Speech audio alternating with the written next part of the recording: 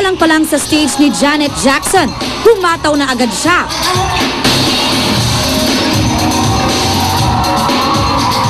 Gaya ng inaasahan, puro hit songs ang kinanta ng multi-Grammy Award-winning singer and songwriter.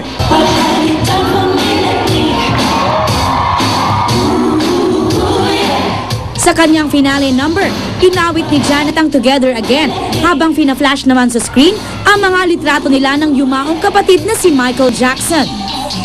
Jam-packed ang loob ng PICC Plenary Hall. Kabilang sa mga nanood sina Tessa Prieto Valdez, Karil, Jinky Pacquiao, Regine Tolentino at Lander Vera Perez.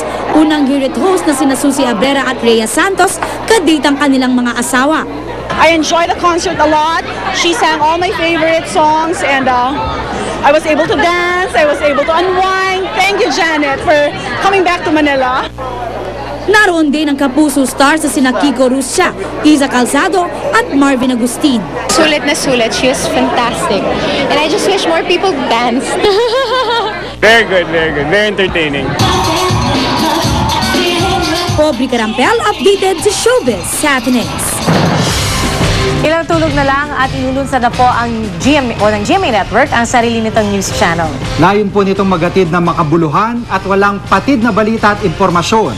Nakatutok si Cara David.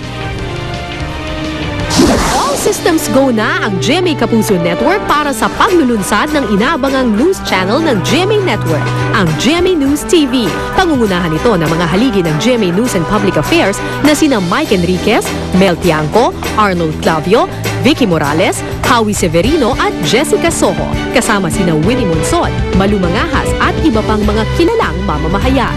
Well, ang channel na to ay para sa lahat nating mga kababayan, mga kapuso, maging nasa Pilipinas o sa ibang bansa na nangangailangan ng balita. Sagot po ito ng GMA News and Public Affairs sa mga manonood na naghahanap ng mas mahabang oras para sa makabuluhang balita at impormasyon. Yung serbisyong totoo na sinimulan ng GMA at patuloy na pinagkakatiwalaan ng mga tao, ngayon palalawigin pa ng channel na ito. Ang buong detalye tungkol sa GMA News TV Channel 11 ay malalaman na sa Lunes, February 7 dito sa 24 Oras.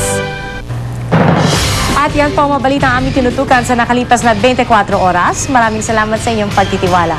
Mula sa Tahanan ng Katotohanan, ako po si PR Canghel. Ako po si Jiggy Manica, dito ang GMA. Walang kinikilingan, walang pinoprotektahan. Walang kasinungalingan, serbisyong totoo lamang. At dahil hindi natutulog ang balita, nakatutok kami 24 oras.